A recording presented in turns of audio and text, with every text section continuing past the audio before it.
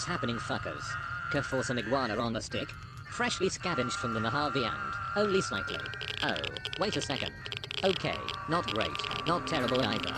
And only slightly radioactive. Anyway, I'm on my way to Vegas at the moment, so I can indulge my recently developed love of blackjack, and to return this bullet a nice gentleman gave me, after a small disagreement back in Good Springs. So then, why not join me, take a sip from this trusty canteen, as we take a look at the 2010 classic RPG, Fallout New Vegas, and see what the hype is about. So, let's get into it, shall we?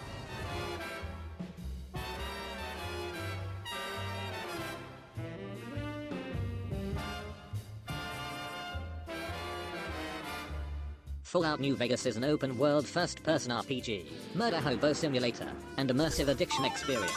In this game, set in beautiful post-apocalyptic Nevada, you play as the Courier, an average Amazon delivery driver, tasked with delivering a package to the Vegas Strip. However, as with many delivery drivers, you receive a lobotomy from range by a man in a questionable suit, and are left to die in the desert.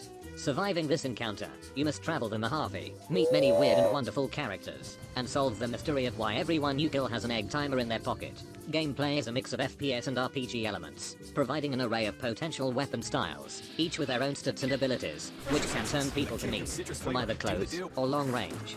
There is also the VATS system, a series staple, which allows you to target specific body parts when shooting.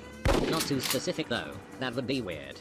Additionally, as you progress, you end up siding with one of the four major factions, shifting the Mojave in their favor. My choice is Mr. House, the funny man on the screen, as he was canonically born in 2020, and thus, suffers from brain rot. Level 5 got Riz, Livy done rizzing up baby Gronk, Ice Spice what the dog doing, Skimpy Toilet in real life only in Ohio, We Go Gyms is Creatine Alpha Sigma Cadable.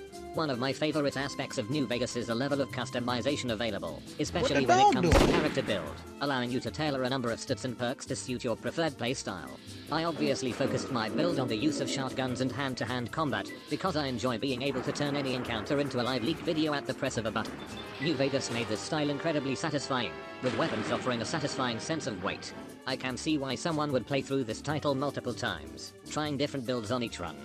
What also makes New Vegas enjoyable is the depth of the game world, with its wacky locations and characters, offering an incredible variety of side missions and extra content beyond the main story. Do you want to completely ignore the coming civil war, and do grunt work for random people instead? Do you want to play a card game that nobody understands? Do you want to fucking gamble? Let me tell you, you can certainly do a ton of that. Honestly, this game taught me how to play blackjack. So I'm holding Obsidian Entertainment responsible for all my future actions. And I mean, all of them.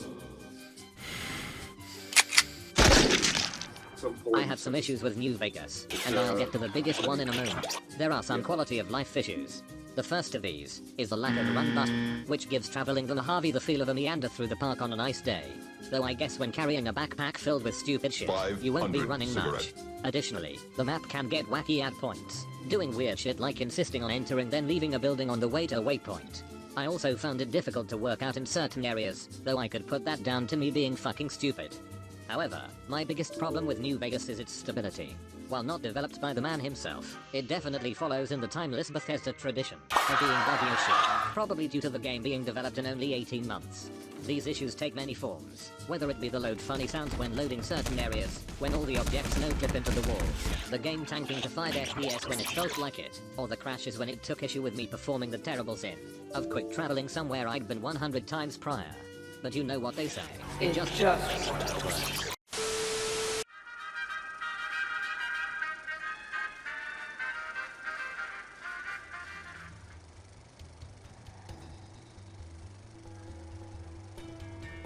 Set in the relatively lush hills and valleys of Utah, Honest Heart thrusts you into a conflict between local tribes, the Dead Horses and the White Legs, after the caravan you're traveling with receives a Belfast welcome.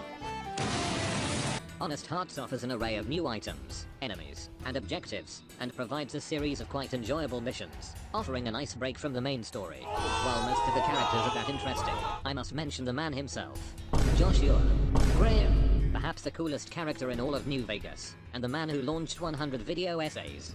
He's pretty great. Overall I give it 7 loaded guns out of 10. It doesn't reinvent the wheel, but offers a nice change of scenery and solid engaging content. Well worth a look.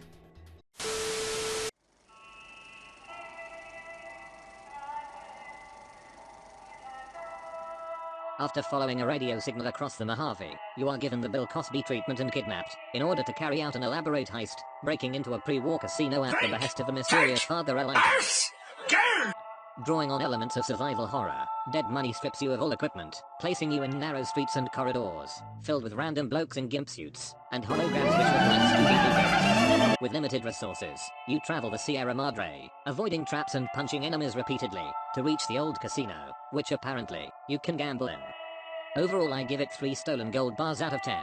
It has some interesting ideas and a cool setting, but generally ends up overstaying its welcome. It's also really fucking spooky.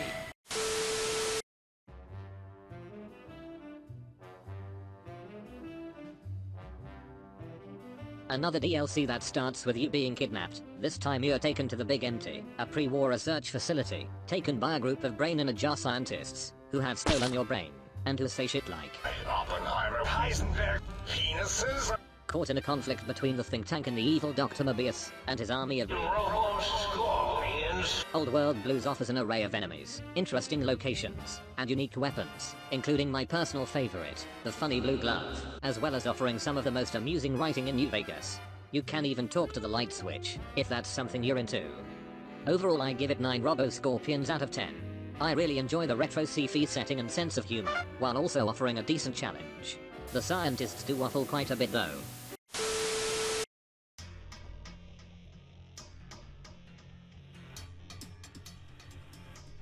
The final DLC, Lonesome Road, takes you through the Divide, or modern-day Detroit, to meet the mysterious Ulysses, a figure whose footsteps you've followed in prior DLC, in order to find out why he feels the need to keep fucking calling me.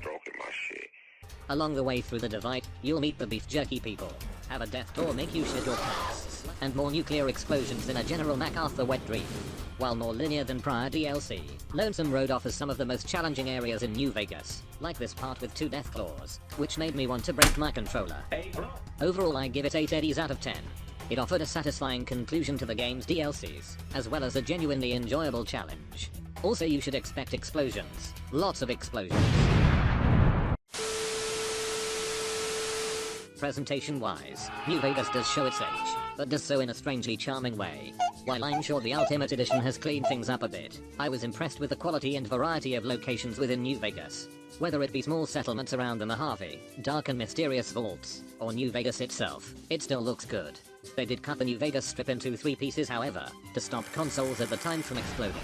The character models can look a bit stiff at times though, almost robotic. But frankly, Bethesda games look like that now, so I can give it a pass. Now I'll be honest, I can't tell you a thing about the game's actual soundtrack, but for a good reason. While I'm sure the score is great, and sets an appropriate tone to each location, I could not turn off the in-game radio stations, either Radio New Vegas and Mojave Music Radio. Offering a mix of old-timey music from various artists and genres, they are now some of my favorite in-game radio stations, offering an enjoyable score for all occasions. Whether it be walking the Mojave, losing my shit at blackjack, or while at my actual job, it's a great listen. Overall, Fallout New Vegas is a genuinely exceptional title, and one I had a great time playing over the last 2 months. While it is not without its flaws, it offers a thoroughly engaging game world, with an incredible depth of content to keep the player engaged. I honestly couldn't recommend it enough. Anyway, I'll be off now. I've got to start making my way to New Vegas. And I'd better get there soon. I think that iguana on a stick had gone bad. I've got a massive headache, and everything tastes like metal.